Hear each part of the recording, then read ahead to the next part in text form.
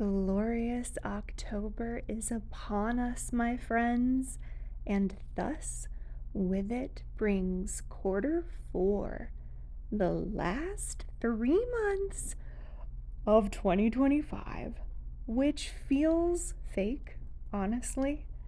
This year has felt very slow and very fast, all at the same time.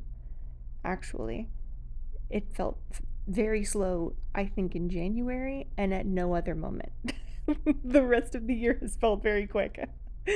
So, as we welcome in this final season of the year and set up for October, join me for a moment of respite, a little bit of chaos, as I take you through my journaling setup. I don't know why I felt like that needed a musical sting, but it did, and that was the one I made. So, there you go. Now, I did mention a little bit of chaos, but I must be truthful with you. This video was filmed the last week of September, but I'm not uploading it until the 7th or 8th of October.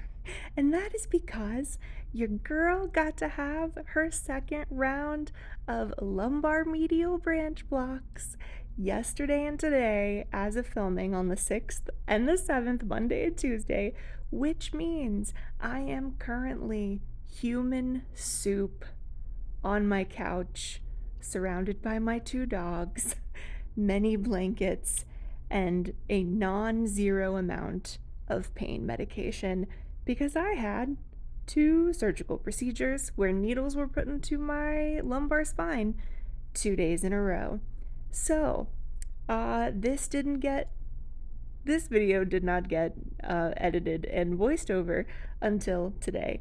And because I had one of these procedures literally this morning, a handful of hours ago, as I record this, I come to you freshly anesthetized, a little bit soupy, and honestly, there is no other way for me to talk to you about bullet journaling with chronic pain than to, I think, be in the soup. I think that makes sense. So, I think we're gonna just let the takes be whatever the takes are for the voiceover for this bad boy. And hopefully you still find it somewhat entertaining and/or interesting and/or informative. So, as per usual, the spread that I'm currently talking over is the first one that I'm making for this end of Q3, beginning of Q4 setup.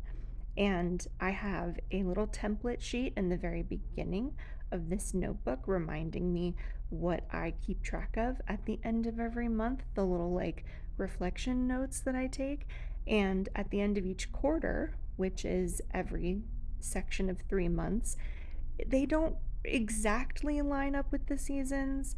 It's give or take a week or two, which is a little bit annoying if I do say so myself. I would love for them to match up perfectly with the seasons. I have considered in the future potentially trying to go seasonally instead of quarterly, which would take me from equinoxes to solstices and that sort of thing.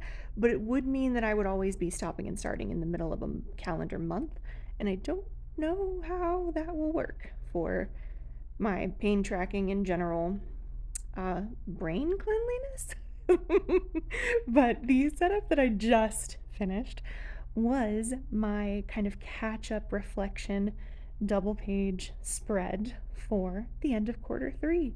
I go through and take note of what were my victories over the last 3 months, what were my challenges, my closings, which is basically just how am I feeling at the end of this section of time, and then writing my Patronuses and Dementors, my highs and lows, my roses and thorns. What are the memories from this period of time that stick out? And then the very next page starts off Q4, which has more pages in it than the closing section does, but that's because it includes my calendars as well as new this month, my wish listing and brain dumping pages. And I'm also trying something new with my calendars. previously I've been making them large so that 1 month takes up a whole piece of paper in this kind of quarterly setup section at the beginning of whatever collection of months we're in, because I have actually enjoyed having space to write down in each of the boxes for the days, but I haven't been using them as much this last quarter, so I'm making them a little smaller and I'm putting them all on this one page up here, and then using these little holographic like bullet dot stickers as a way to use the section of page out beside the calendars for any important tasks or events, things that I want to take note of during that time of this quarter. And I can kind of like write those out, bullet them however I want to, and still have the visual calendar for myself. So I think that'll be interesting. I think that might be nice, mostly because any of my really important scheduled events, whether it's a doctor's appointment or hanging out with friends or a board game night, I like to put those directly into my phone calendar so that my partner and I have a shared calendar system and we both get reminders. So if I'm going to be putting it digitally, I don't necessarily need to repeat it in my journal by hand. So let's cut out some of this extra work. Anytime we are doing things to streamline our processes, that is an accessible action that we are taking to make journaling work for us and to make it work better for us. Our productivity systems, we are making them more efficient. So if I'm going to keep track of it digitally, why am I handwriting it more than once, right? So what I'm adding new to this quarterly open, this little setup, is my wish list and pensieve, my brain dump pages. I've been putting this at the beginning of each month after my pain tracker. It's been that first page or so, but I haven't been utilizing that the way that I would like to, or the month goes by really fast, and therefore I'm not actually getting through to some of these tasks, and then I'm essentially just migrating them 2 or 3 times throughout that quarter. So why not have them written down once in the beginning quarterly pages, and then I'm not having to migrate things that I definitely want to get done, but that don't have a specific day maybe that they need to get done, and I don't want to just have to again make more work for myself by continually migrating them, rewriting them. For some people that works super well. For me, it has become a hindrance to the accessibility of me being able to use my journal and have it be effective.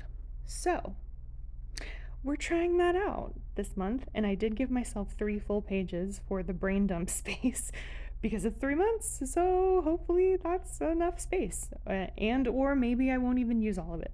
We'll see.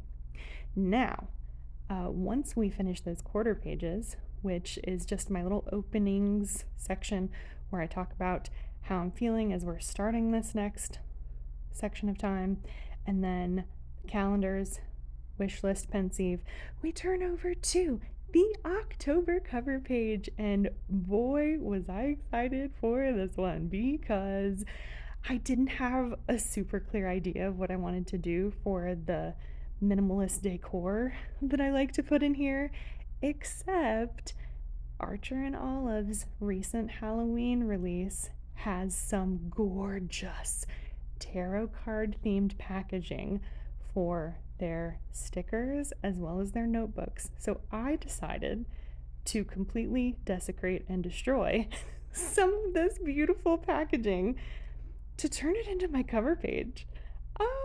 And it was an experiment, and you're gonna see that sped up right about now.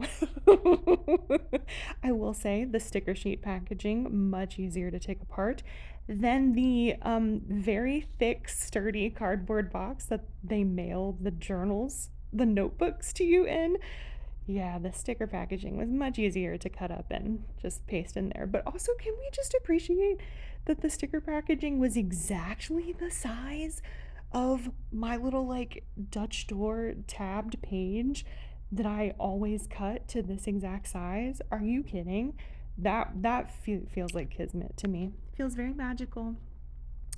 I will say, if you're interested in doing this, just be careful. Use a box cutter, take off the front, and then slowly peel it. The design is actually pasted to the thick cardboard box, so you don't have to have this massive, like several millimeter thick piece of cardboard stuck in there. You can just take off the design and then cut it to size and stick it in however you want.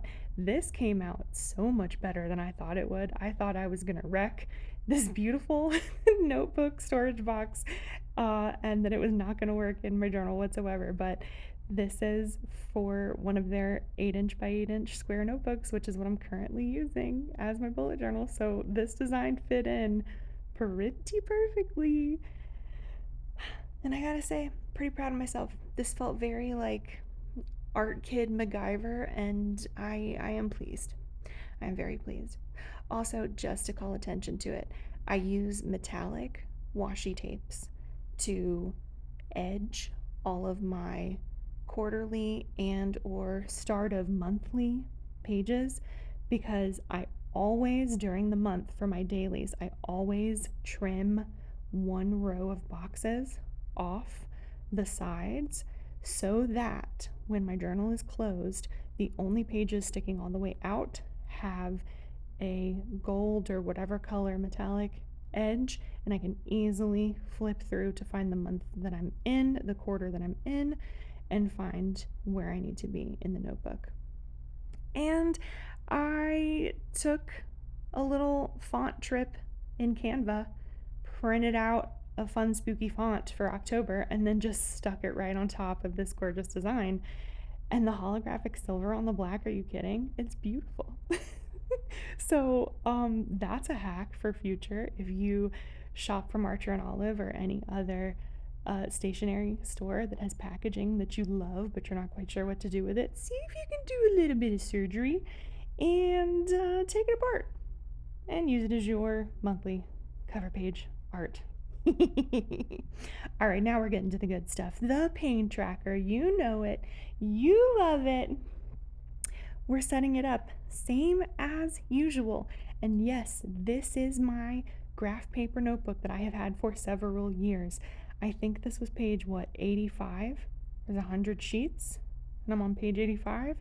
So I got a handful to go. I only use one sheet per month. So this was a $5 deal for this booklet of 100 sheets that has lasted me for a long time. Highly recommend. And then I use my ruler from Archer and Olive that has the little notches on it. It's got like an actual ruler on one side, and then it has a 5mm dot grid ruler on the other side, which matches the dot grid of their paper. And it also matches the 5mm graph squares, and I just count out however many columns, 31 for the month of October, because there's 31 days, and then I just make it size of the paper, stick that in, and then I always refer back to the previous month's pain chart to go through the symptoms and categories that I'm tracking. And something I started last month for September was if my design was going to be using a font that I print out on paper, sticker paper or regular printer paper, and then I glue it in, and I don't hand draw the name of the month, going ahead and duplicating that smaller so that I can also put it in my pain chart. So I've got the big one on the cover page and then a little one for my pain chart. I started that last month and I actually really like that. I think that's kind of a nice little decor element that brings in the vibes of the season, so every single one of these charts isn't just automatically looking identical every single time, because I set them up the same way. I'm tracking a lot of the same things, and my sticker on the side that has the "this is fine" dog in the fire comic, it's split up. The two panels are split up by the Mankoski pain scale for chronic pain. Andrea Mankoski, I have mentioned her in every single one of these videos. Look it up. I think I go into a little bit of detail in the September video. Is that true? It might actually be the whatever my most recent quarterly pain review video was. I think that's the one where I go into like super detail of the scale she created and the edits she's done to it and that sort of thing. Anyway, that sticker is the same every single time because that's what works for me. I like to have it, it's consistent, it's whatever.